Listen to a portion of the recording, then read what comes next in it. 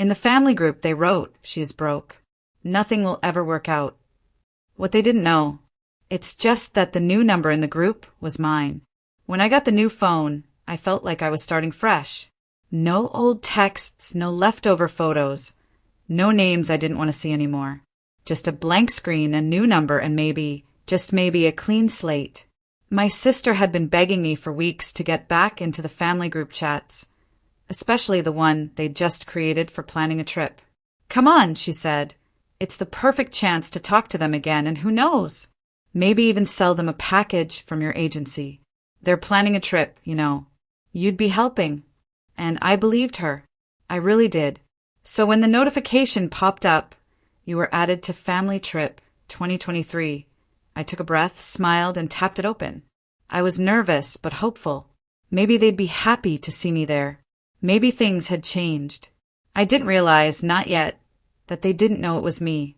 That my new number, freshly registered, hadn't been connected in their minds to the person they were about to tear apart. The first message was from my aunt. She always did talk the loudest.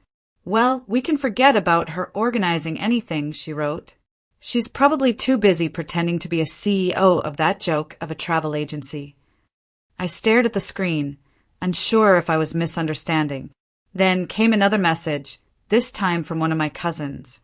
Honestly, she was always a bit delusional. Thought she could go from cleaning floors to booking international trips. Give me a break. And then another, "She's broke. Probably can't even afford her own vacation, let alone plan someone else's."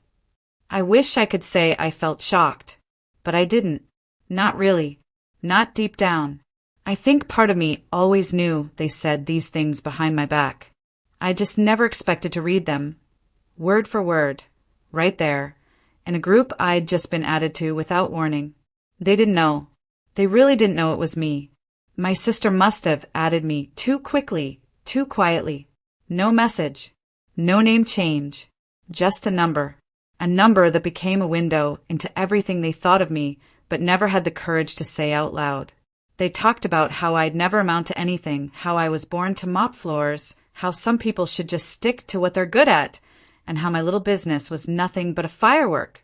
Pretty for a second, then gone. I kept reading, scrolling, each message slicing deeper, but I couldn't stop. I needed to see it, all of it, like when you press on a bruise just to know how bad it hurts. And the worst part, I wasn't even there to ask for validation. I wasn't trying to impress anyone. I had come with a genuine heart, just hoping to offer them a good deal. That was it. One good deal. I'd worked for months putting that package together, researching flights, locations, prices. I thought they'd appreciate the effort. But before I even typed a word, they'd already decided I wasn't worth listening to. I could feel the heat rising in my face, not from anger, but from that sharp sting of humiliation. The kind that sits deep in your chest. The kind you can't cry out loud because it's too raw. I remembered the day I bought my first broom. That first job, scrubbing toilets in a downtown office building. I was 17. I didn't have dreams of travel back then, just dreams of getting through the week.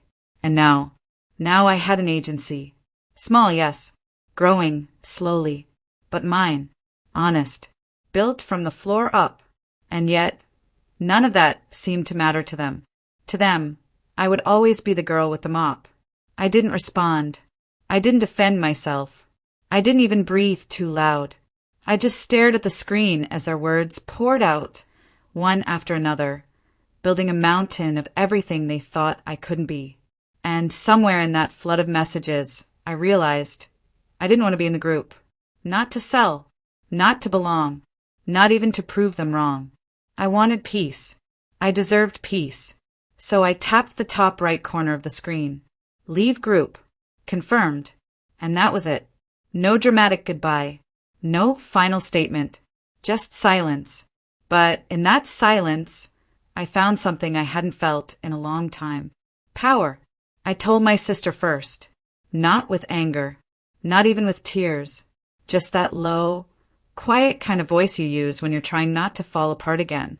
She gasped when I told her what I'd seen.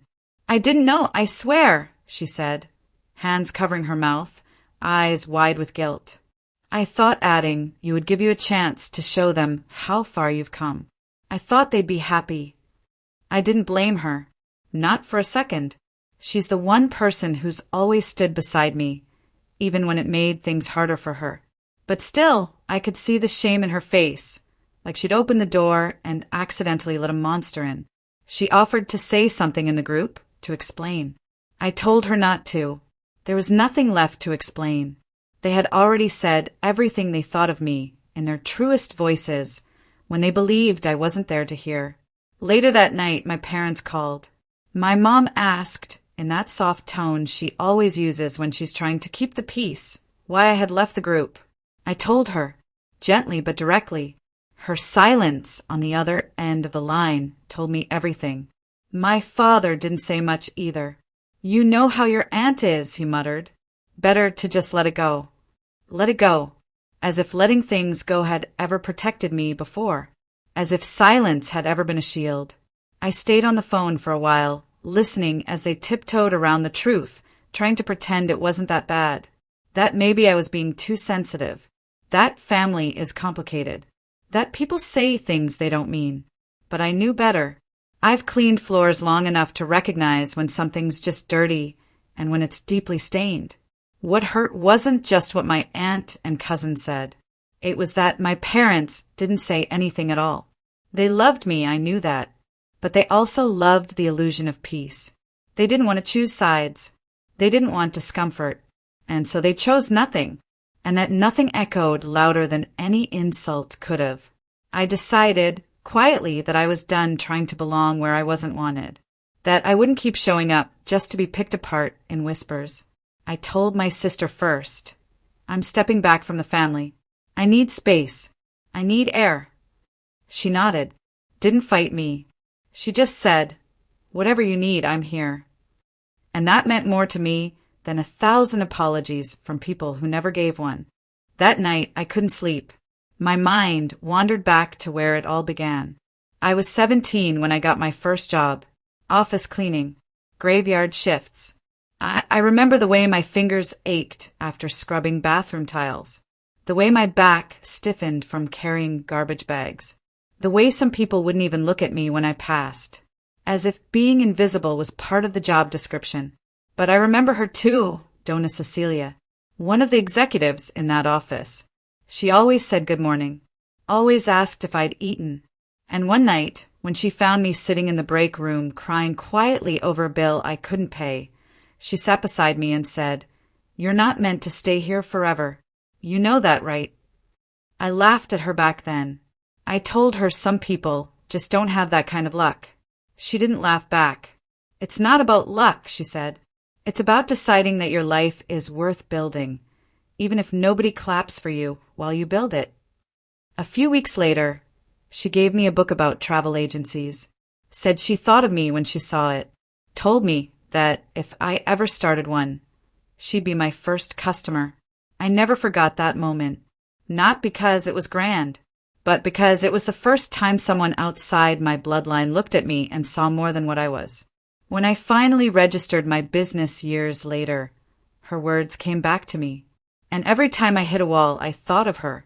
Every time I doubted myself, I remembered how she didn't. And every time someone rolled their eyes at me for trying, I imagined the day I'd look back and be proud I didn't quit. But I won't lie. The road was lonely. There were months when I didn't sell a single thing. Days I stared at the ceiling, wondering if they were right, if I was just a cleaner pretending to be something else. I ate rice and eggs for a week straight, once just to cover the hosting fee for my website. And not a single person in my family, apart from my sister, ever asked how I was doing. Still, I kept going. Not for them. Not even for revenge. But because I couldn't stand the idea of dying with all that potential locked inside me. So when they called me a joke, I didn't fight back. When they said I was born to sweep floors, I didn't defend myself. I didn't have to, because I knew. I knew what I had built. I knew what I had survived. And that night, after I hung up the phone with my parents, after I deleted the group and stared into the silence they left behind, I made a decision. If no one else believes in me, I will. I didn't know what I was doing, not really. I had a dream, a notebook filled with scribbles, and a website template that looked like it was from 2009. I stayed up all night watching tutorials on how to build an online presence, how to register a business, how to make people trust a brand no one had ever heard of, especially one run by someone who used to scrub their office floors. I didn't have a logo. I didn't even have confidence. But I had fire, not the kind that burns bright for a second and fades. The slow kind, quiet, persistent. Every morning, I'd open the site just to stare at it. It felt surreal, like seeing a tiny version of your future, blinking back at you from a laptop screen. It didn't even look that professional, to be honest. The fonts didn't match. The colors were off. But it was mine. I was online. I was alive. The bills didn't care about dreams, though. The rent for the one bedroom I shared with my sister didn't lower itself because I was trying to be someone. The internet fees, the marketing tools, the business registration, they all added up. Fast. And with every new expense, doubt crept in like water through a cracked roof. Quiet at first, then soaking everything. There were nights I sat at the kitchen table, hands in my hair, whispering prayers I wasn't even sure God was listening to. Is this a mistake? Am I pretending again? Should I go back to cleaning?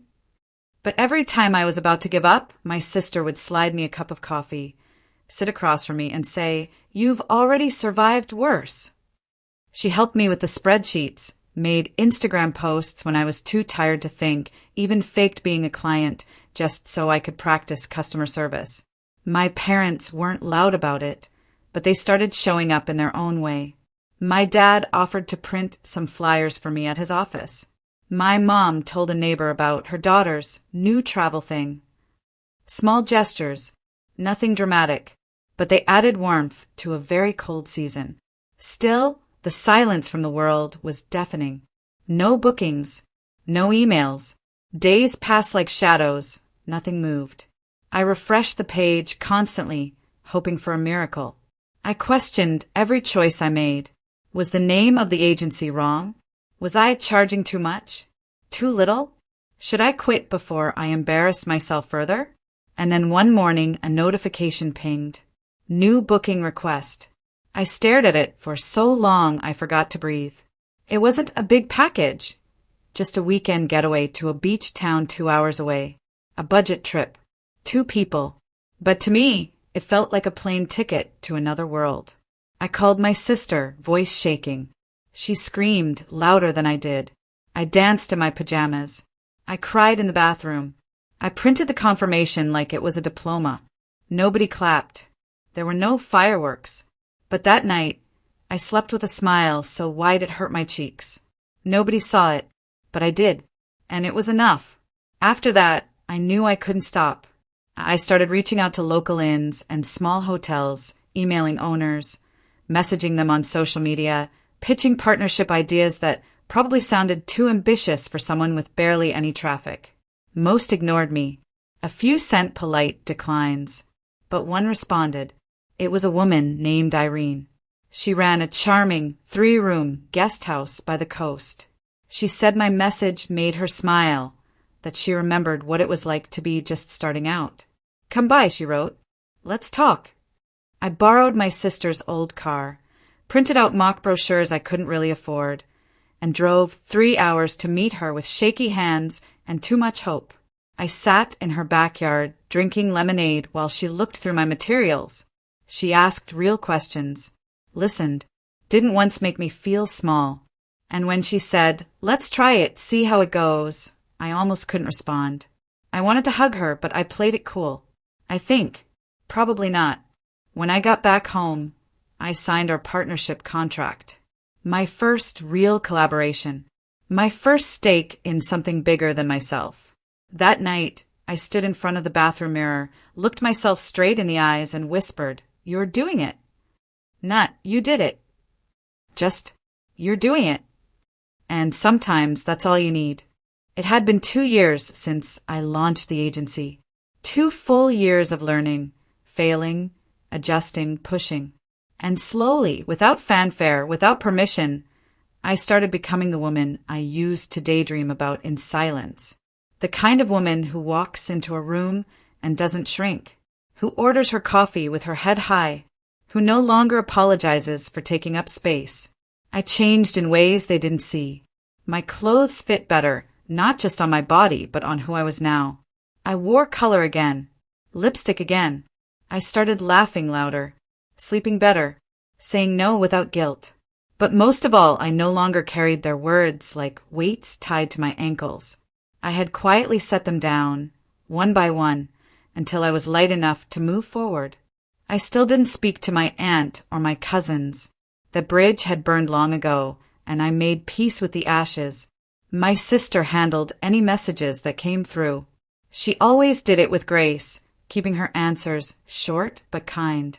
She knew I didn't want updates. I didn't need to know who said what, who was still pretending to care. Some stories aren't worth retelling. They still had no idea what the agency had become. They thought it was a hobby, maybe. Something cute to pass the time. I liked it that way. Quiet success was my favorite kind. I wasn't building for applause. I was building for freedom. Then, one afternoon, my sister mentioned that the family was planning a trip. A big one. Somewhere tropical. A beach town with cobblestone streets and turquoise water. You probably know the place, she said. I did. Very well, actually. I had just signed 3 new partnerships there. It was one of my best packages. They didn't invite you, she added softly, as if she had to say it out loud just to confirm the injustice. I just nodded. I didn't even flinch. That part of me, the part that craved their inclusion, their approval, it had gone quiet a long time ago. I'm going with Mom and Dad, she said. They asked me to book through your agency, if that's okay. I smiled. Of course it's okay. You're my favorite clients. We both laughed, but beneath it was something tender, something real. They'd chosen to stand with me. Not in theory, not when it was easy, but when it cost them something. I built the perfect package for them. Flights, lodging, a private Airbnb, near the beach with a view that looked like it came out of a postcard. It wasn't about proving anything. I just wanted them to experience what I had created with my own hands, my own blood, and prayers. I wasn't going to join them. Not because I didn't want to travel, but because I already had a business trip scheduled to that same location. A full week of meetings, photo shoots, and scouting new vendors. It wasn't planned that way. It was just divine coincidence. The day of the flight, I dropped them off at the airport, hugged my mom, kissed my dad on the cheek, squeezed my sister's hand. I watched them walk away and felt something I hadn't felt in a long time. Peace. I wasn't being left behind. I wasn't being excluded. I had simply outgrown the table they once refused to give me a seat at. I flew out the next morning. Different airline, different schedule. But when I landed and stepped into the warm air of that little paradise, I smiled at the thought that they were here too. My sister, my parents, and them. The ones who had once called me a joke. I didn't plan to run into them. I wasn't looking for a scene. But the universe has a sense of humor, and it often writes better stories than I ever could. I walked into the hotel lobby to meet a partner for lunch, and there they were, at the front desk, trying to sort out some confusion about their room. My cousin looked up, did a double take, then froze. My aunt narrowed her eyes, trying to place me. And then recognition. Slow. Uncomfortable. I didn't wave. Didn't smile. Just kept walking. Confident. Calm. Not out of arrogance, but out of clarity. I didn't owe them anything. Not a greeting. Not an explanation. Not even a nod. That night, I had dinner alone on the beach. Candlelight. A breeze. My journal open on the table. I wrote one line. The shame they threw at me never belonged to me. It was theirs all along. And for the first time, I believed it. Airports are strange places. Everyone is going somewhere, but most are trying not to be seen. Head down, headphones in, lives packed in rolling bags. My sister told me later how it happened, how they all met at the gate, how my aunt's eyes narrowed the second she saw them walk toward the priority boarding line. She tapped your cousin's arm, my sister said, whispered something. You know how she is. I nodded. I could picture it without trying. That mix of judgment and curiosity she wears like perfume. They weren't expecting my parents and my sister to walk toward first class. Not with ease. Not like it was normal. And to be fair, it hadn't always been. There were years when just affording a seat, any seat, was a miracle. But things had changed. Quietly. Honestly. Through grit, not luck. And now, I made sure they traveled in comfort. Not to prove anything, but because they deserved it. They must have used some contact, one cousin muttered. Probably got a huge discount. Or maybe some kind of trick. The words made my sister's stomach turn, but she didn't respond. She just smiled, scanned her ticket, and walked through the gate. Meanwhile, they stood in line at the back, boarding group 5, holding cheap printed tickets and cheap assumptions. The difference wasn't just in the seating, it was in the posture. In the way my parents stood tall. In the way my sister laughed without shrinking. They didn't feel small anymore. Because they weren't. When they landed, it only got louder. The car that picked them up was sleek, spacious, with cold water bottles and soft leather seats. The others took a shared shuttle, one of those slow, crowded vans that stops at every hotel in a 30-mile radius. My aunt complained the whole way. About the heat, the driver, the cost. My cousins were too busy checking their phones for Wi-Fi to notice. But when they arrived at their hotel, a small 2-star place tucked between a souvenir shop and a noisy bar, they finally looked up. The rooms were dim, the bed stiff. The pool was more of a puddle. "This'll do," one of them said, but even he didn't sound convinced. Then they visited my parents. My sister had invited them, casually, maybe too casually. "We're staying in an Airbnb right by the beach. Come by later if you want." So they did. Curiosity wins when pride doesn't know where it stands. They turned the corner and saw it, the house. White walls, clean lines, wide balcony with a hammock swaying in the ocean breeze. The front porch had candles glowing in lanterns. Inside, the living room was open and bright, the kitchen spotless, the bedrooms cooled and quiet. And the view didn't look real. "This is where you're staying?" one cousin asked, trying to sound unimpressed and failing. "Yeah," my mom answered, with a kind smile that didn't carry any malice. "Our daughter arranged it for us. It's through her agency." They nodded, as if they'd known that all along. But their eyes said otherwise. They were connecting dots, now, shaky ones, unfinished ones. A puzzle missing the picture on the box. That night, my sister texted me. "They're starting to figure it out," she wrote. "But not all the way." I read her message, smiled to myself, and looked out at the same ocean they were staring at from the wrong side of the beach. It wasn't revenge. It wasn't about making anyone feel small. I hadn't come here to be seen. I had come because I belonged, because I'd worked for it, paid for it, built it with hands that no longer shook when people looked my way. Still, part of me whispered something I didn't expect to feel. Maybe it's okay that they saw. Not for their sake, but for mine, because I spent so long hiding, shrinking, hoping not to offend anyone with my growth. And maybe, just maybe, it was time to let the truth breathe. I didn't have to explain. I didn't have to brag. All I had to do was live and let the results speak. And as I closed my laptop that night, replying to one last client email, I thought, I didn't come here to prove a point, but maybe the point proved itself.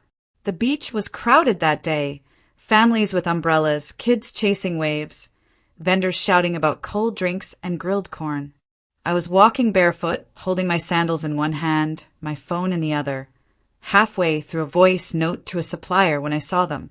At first, I almost kept walking, but something made me slow down. Maybe it was the way my sister turned and smiled, or the way my mother's hand lifted in a soft wave.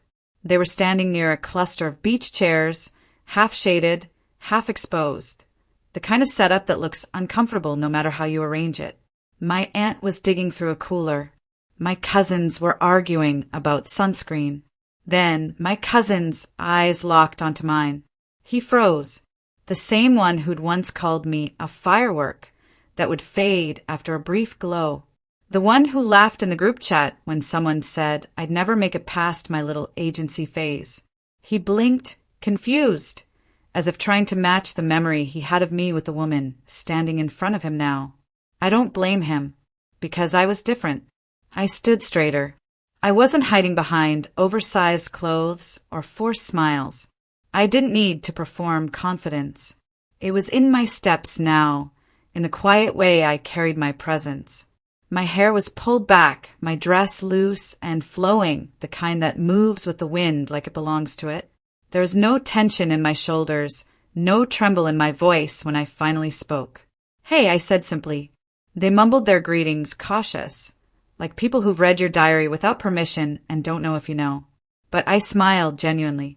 Not because I forgot, but because I'd outgrown the need to keep bleeding for the same old wounds. We made small talk. My mom asked if I was enjoying the trip. My dad asked about a restaurant I'd recommended. My sister said she loved the house. My aunt stayed quiet, her eyes moving back and forth between me and the ocean, like she was trying to pretend she hadn't seen me at all. I didn't mention the past. I didn't bring up the group chat, or the silence that followed, or the months I cried alone in my room after they shredded me with their words. None of it belonged on that beach. Before I left, my cousin asked, "So you're here on vacation?" "Not exactly," I said, slipping my sandals back on. "Work trip. I've got some partners here. Meetings. Shoots." He nodded slowly, as if the word partner stung a little. We said goodbye. No hugs, just nods and glances. I walked away, not rushed, not avoiding. I wasn't the one shrinking anymore. Later that evening, as the sun melted into the ocean, we all ended up walking back around the same time. The breeze was soft, the street quiet, lined with white houses and flowering fences. They stopped outside my parents' Airbnb, where string lights hung like stars caught in vines. My dad fumbled with the keys. Then I kept walking. They watched. I felt it. I knew their eyes were still on me as I moved a few steps further, right to the gate of the house next door. It was bigger, brighter, the kind of place that gets rented by producers or CEOs or couples celebrating 10-year anniversaries. The porch lights were already on. My team had prepared it earlier for my arrival. I walked up the steps, tapped in the code, and opened the door like I'd done it 100 times before. Silence. The kind of silence that doesn't need words. I didn't turn around. Didn't look back to see their reactions. I didn't need to. Some things are better felt than explained. Inside, the house smelled like jasmine and clean linen. My assistant had stocked the fridge. There was a welcome note on the table. My laptop was charging by the window, and I stood there, barefoot again, but this time not from lack, just comfort. I walked to the balcony, looked out over the same beach we'd all walked earlier, and breathed in deeply. They saw it, maybe not everything, not the late nights or the failures or the loneliness, but they saw this, the life I built, brick by invisible brick. They didn't need to say a word. Their silence said it all. Not all revenge is loud. Not all justice comes with applause. Sometimes it's as quiet as walking into the house next door and closing the door behind you. Dinner was supposed to be simple. Just a meal. A table set under a canopy of string lights, grilled fish, cold drinks, soft laughter as the ocean whispered in the distance. The kind of evening that almost feels like a reset, where people pretend the past doesn't exist, and maybe, for a while, no one says too much or too little. I wasn't there, but my sister told me everything later. She said the tension was hidden behind clinking forks and refilled glasses. My aunt kept making vague comments about the heat, the prices, the struggles of traveling nowadays. My cousins scrolled through their phones between bites, pretending they weren't distracted by everything they had seen and couldn't explain. And then, somewhere between dessert and silence, my mom said it, so casually, so naturally. "Oh, this place?" My daughter arranged it. Through her agency, Solara Travel. "Have you heard of it?"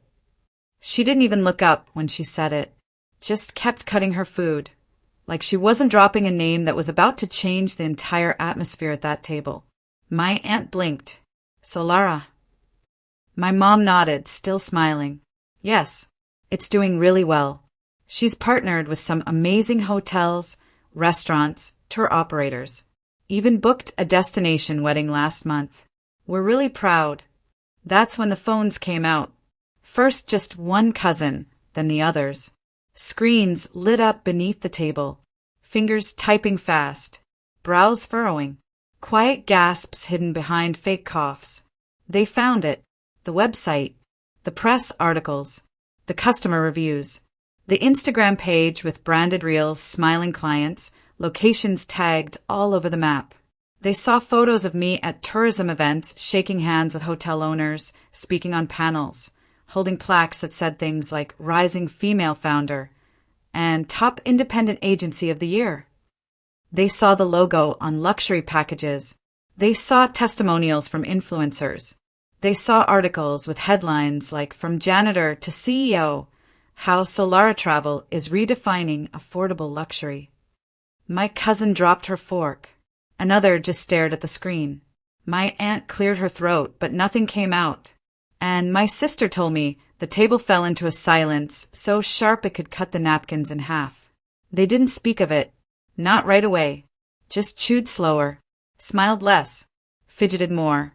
But in that silence, something shifted. Because it wasn't just a realization of who I had become. It was the haunting echo of what they had once said. That I'd never amount to anything. That I was playing pretend. That I was born to clean other people's floors and would never build anything of my own. That my agency was a phase. A fantasy. A fire that would burn out. And yet here it was, still burning, brighter than ever. I imagine they thought they were right about me back then. I imagine it gave them comfort, believing I'd fail. That I wouldn't rise higher than the version of me they could understand. Because anything beyond that would mean they had been wrong. Cruelly, loudly wrong. They didn't apologize that night. No one said, maybe we judged her too fast. But I didn't need their words. The silence said enough. The way my cousin kept rereading the homepage. The way my aunt suddenly changed the subject to something irrelevant. The way none of them could meet my mother's eyes. My sister told me she sat there quietly, watching it all, holding back a smile that wasn't smug, but full of something deeper. Justice, maybe. Relief. Closure. When she texted me later that night, she wrote just one sentence. They finally saw it. And I stared at the message for a long time. Not because I was waiting for the next part, but because that was the next part. They saw it. Not through my voice. Not through a confrontation. Not through me throwing my success in their faces, but through their own search, their own curiosity, their own need to confirm what they had quietly feared, that I had made it, and not because of them, in spite of them. They said I wouldn't make it. They said I didn't have it in me, but maybe I just needed to succeed far enough away for it to finally be visible. Maybe I didn't fail in their eyes. Maybe they just never looked far enough to see what I became. Real victories aren't fed by applause. They don't grow because people suddenly decide to believe in you. They don't rise from compliments or attention or the moment someone who doubted you changes their mind. Real victories grow in the dark. They're built from mornings when no one checks in, from nights when you refresh your inbox, hoping for a sign that your work matters. They feed on the quiet choice to keep going when no one's watching, and especially when no one's cheering. I remember the first year of Solara like a blur of screens and spreadsheets and sleepless nights. There were days I made nothing. Days I poured everything into a campaign only for it to flop completely. I burned through what little savings I had. I skipped dinners. I cried over failed ad payments and lost bookings. But I never closed the door.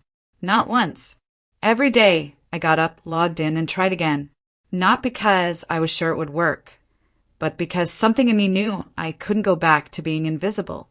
One afternoon, in the middle of preparing travel itineraries and updating package links, my phone rang. The number looked familiar, but I couldn't place it at first. I picked up with my usual tone, the one I'd trained myself to use, warm but professional, and then I heard her voice. Donna Cecilia, my old boss, the one who used to greet me every morning while I cleaned floors. The one who gave me that book about travel agencies and said, just in case. I knew it was you, she said, her voice gentle. I saw the name of the agency and just had a feeling. And just like that, I was no longer the girl scrubbing her office tile. I was her travel planner, her trusted expert. She asked me to organize a trip for her and her husband. Said she wanted someplace quiet, elegant, safe. And I want you to choose it for us, she added, because I trust your taste. After we ended the call, I didn't cry. I didn't scream. I just sat there, completely still, feeling something settle inside me. Something that had been restless for years. It wasn't pride exactly. It was peace. The kind that says, this is what you were building for, even when it didn't make sense to anyone else. That night, my sister called, already laughing before she even said hello. You're not gonna believe this, she said, catching her breath. Guess who asked about a family discount? I didn't have to guess. She told me my cousins had been asking questions about the agency, about how to book, about whether family gets special rates. I could almost hear the smirks behind the texts, the entitlement in their tone, as if they had always been part of the story. I didn't get angry. I didn't even roll my eyes. I just laughed, not bitterly, just honestly, because the irony didn't sting, it amused me. The same people who once laughed at my website now wanted access to the benefits. And it wasn't even about revenge anymore. It wasn't about saying no. It was about realizing that some doors close not because of resentment, but because we simply outgrow what's behind them. I told my sister she didn't have to respond. Let the silence do the talking. Let the unanswered message be the answer. Because the truth is, I had already forgiven them. Quietly, without ceremony, without reconciliation. I forgave the way you do when you realize holding on to anger costs more than letting go. Not because they earned it, but because I did. And forgiveness, at its core, isn't about saying what they did was okay. It's about deciding that it no longer controls who you become. They never said sorry. Not one of them. Not directly. But by now I had stopped needing that. I wasn't waiting for closure. I had built my own. And maybe that's what a real victory feeds on. Not just effort, but healing. The kind that doesn't require validation. The kind that breathes deeper because it's no longer trying to prove anything. They may still talk. They may still twist the story. Say they always knew I had potential. But I know the truth. They weren't there when it was hard. They weren't the reason it worked. And they won't be part of the reason I keep rising. We ended up at the same restaurant. Not by choice, at least not on my part. It was one of the more elegant spots in town, the kind of place where the sea breeze moves through the open windows and the cutlery has that soft weight that makes you sit up straighter. I was already seated, waiting for a business dinner, when I saw them walk in, my aunt, my cousins, scanning the room with that vague sense of entitlement, like they belonged in every space they entered without question. They didn't see me at first. I was tucked in a corner table, half lit by candlelight, wearing something simple but sharp. I watched them whisper to the hostess, glance around impatiently, complain about the wait. Then one of my cousins finally noticed me. She tapped the other, her eyes wide. My aunt turned, froze for a second too long, then looked away like she'd seen something she wasn't supposed to. We didn't speak. I kept eating, kept smiling at the woman seated across from me, one of my property partners, who just signed a long-term deal with Solara. I didn't flinch. I didn't shift in my seat. And for the first time in my life, their presence didn't steal mine. Later that night, after the meal, I walked home. The air was warm, the sky soft with stars, and the streets mostly quiet, just the occasional hum of a distant motorbike or laughter echoing from a bar. I turned the corner onto the narrow residential lane where our rentals were located, and sure enough, there they were outside the Airbnb where my parents and sister were staying. Talking, leaning on the gate, maybe waiting for someone to come back with extra towels or snacks. They noticed me again as I passed. I didn't pause. I didn't wave. I simply walked next door, tapped the gate code, and stepped into my own place, a larger, brighter home with tall windows and a rooftop view that made the sky feel close enough to touch. And I know they saw it. I didn't need to look back. I felt the shift in their silence, the way it hung heavy in the air like humidity before a storm. Inside, I kicked off my shoes, dropped my keys in the bowl by the door, and walked to the open balcony. From there, I could hear the faint sound of them talking next door. My name wasn't mentioned, but it didn't need to be. I knew what they were thinking. I knew what they were calculating. That the girl they once laughed at, the one they called the maid with a dream, had built something real. And worse, she had done it without them. The next morning, my mother told me they had questions. Soft ones. Measured ones. How long had I been running the agency?